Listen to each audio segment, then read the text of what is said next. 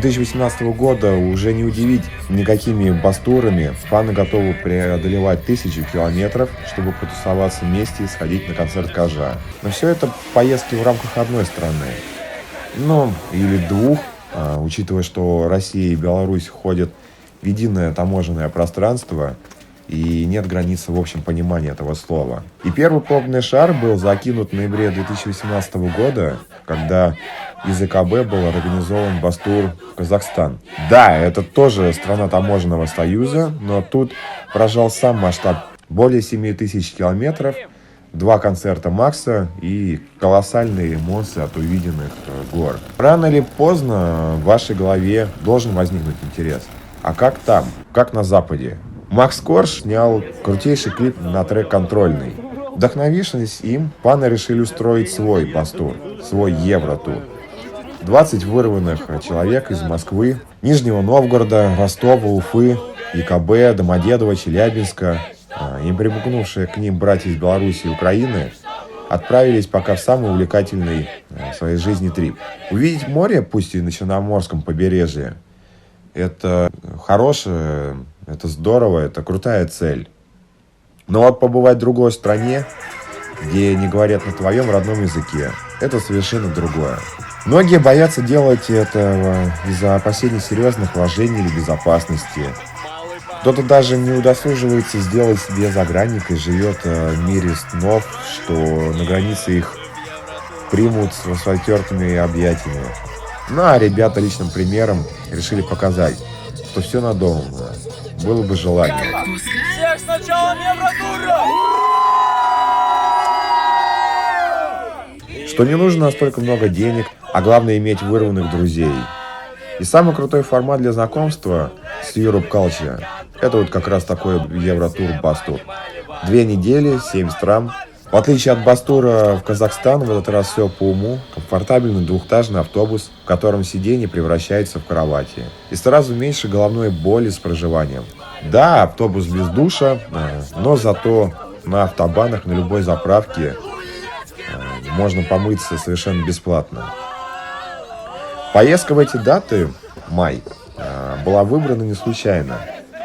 Помимо европейских стран, еще и прекрасная возможность посетить концерты Макса. Первая остановка — Берлин. И не когда-нибудь, а 9 мая. Большой концерт, свыше 5000 человек, снова движет украинцы. Все главные хиты, время помечтать, погрустить и оторваться по полной.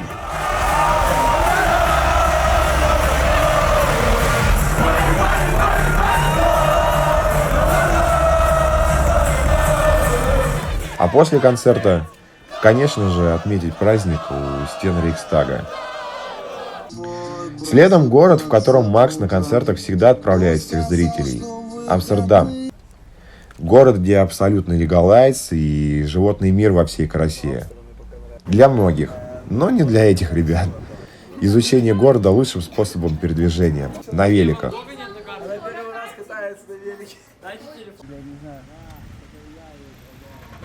Игра в футбол и даже поддержка местного населения, митинги против чего-то там. Примерно вот так вчера прошел день. И транзитом через один из красивейших классических западноевропейских стран, Бельгию, поездка во Францию. Я выбираю Швейцарию! Я выбираю Швейцарию! Многие отмечают, что Франция достаточно разнообразная. И как раз в рамках поездки это удалось посмотреть. Северная часть более сдержанная. Центральная часть, а именно Париж, это одновременно и романтик, и мейнстрим. Вот какие эмоции можно испытать, когда ты сидишь на Елисейских полях, а перед тобой Эйфелева башня. Что происходит? Когда ты отдыхаешь, пусть и не всегда культурно, и зачастую с помощью языка жестов налаживаешь контакт с местным населением. И, конечно же, сама по себе смотровая площадка Эйфелевой башни. Центр Франции – это Прованс, со своим знаменитым каньоном Горж-де-Вюрден, с шикарными видами.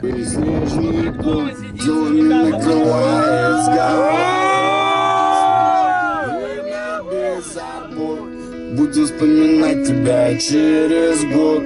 Из автомобилей радиовцов напомнит нам о том, что не сбылось. Знаешь, горы по колен, горы по колен, горы по колен. Если держишь шаг, никаких потерь, просто наступает трек. Время разложить эту жизнь по местам. Волны по колен, волны по колен, могут и свалить, ой, держи удар. Никаких потерь, просто наступает. 5-часовая поездка по горному серпантину с шикарными видами и шикарными проблемами, потому что большинству туннелей не так удобно въезжать двухэтажному автобусу. Берись по центру. По центру бери. Проходим по центру, давай. Идем нормально, нормалды, давай. Иди сверху, сейчас вот еще тоннель. И все это для того, чтобы очутиться на юге Франции, на курорте. Лазурный берег, Ницца, релакс и море с обязательной игрой в пляжный волейбол.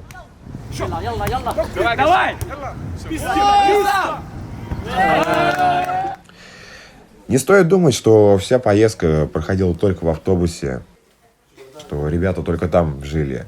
Небольшие квартирки в Амстере и Ницце, где забивалось по 20 человек. И, наконец, финальная точка путешествия перед поездкой домой – Италия. Ну а ребята сперва остановились в Сан-Ремо. Сан-Ремо – это город, который считается одной из главных музыкальных столиц мира. И, конечно, по красоте все сделано. Ребята зависли в баре.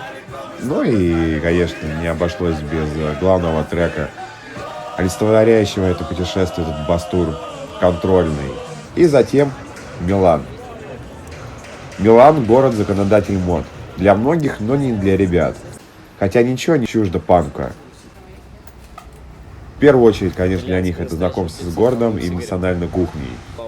Как раз тем, что свойственно молодому поколению. Все пополам. Пиццы и более старшему пасты. И, конечно же, посещение концерта Макса. Многие фаны, которые гоняют несколько лет на концерте, замечают, что с ростом количества зрителей зачастую качество движа ухудшается. И как бы хотелось вернуться в 17-й год. Ну а вот концерт в Милане – это Back to Basics. Клуб на 800 человек. Клуб, который разнесли выездные фаны по полной. Причем не обязательно было рубиться в слэме. Ребят, ну представьте, вы находитесь в другой стране, на концерте белорусского исполнителя за 1000 километров от дома, совершенно в незнакомой среде. Тут вся гамма чувств и возможность просто подумать о своем. Тем более и лиричных треков в сет-листе Макса достаточно.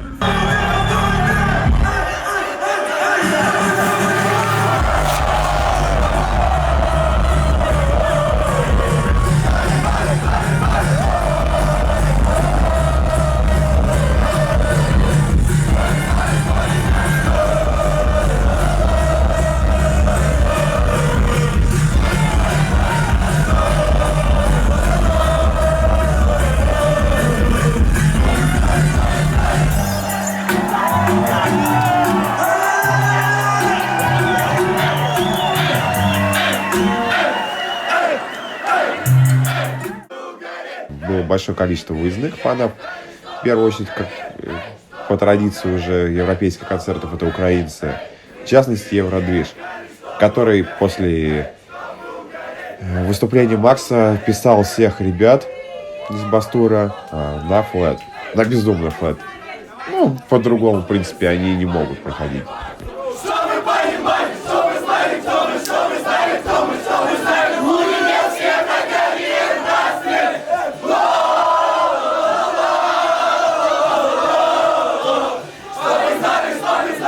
Невероятно, что мы делали.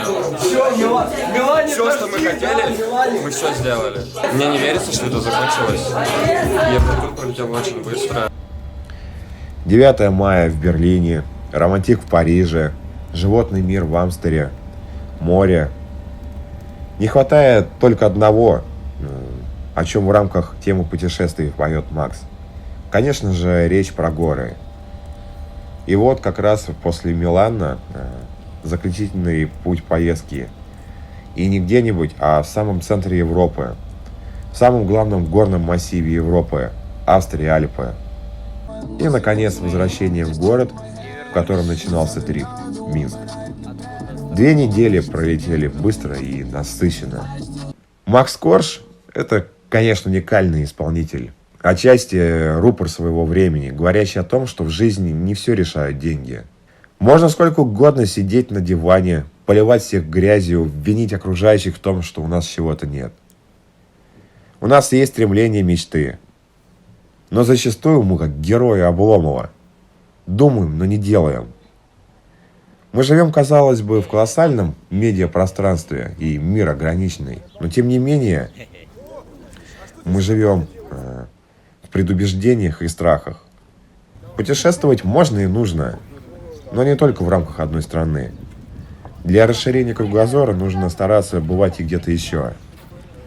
А когда это делать, как не в молодости?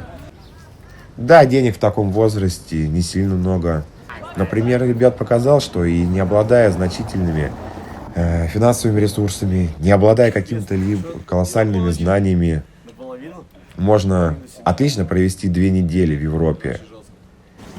Несмотря на кажущиеся различия, в большинстве своем люди все плюс-минус одинаковые.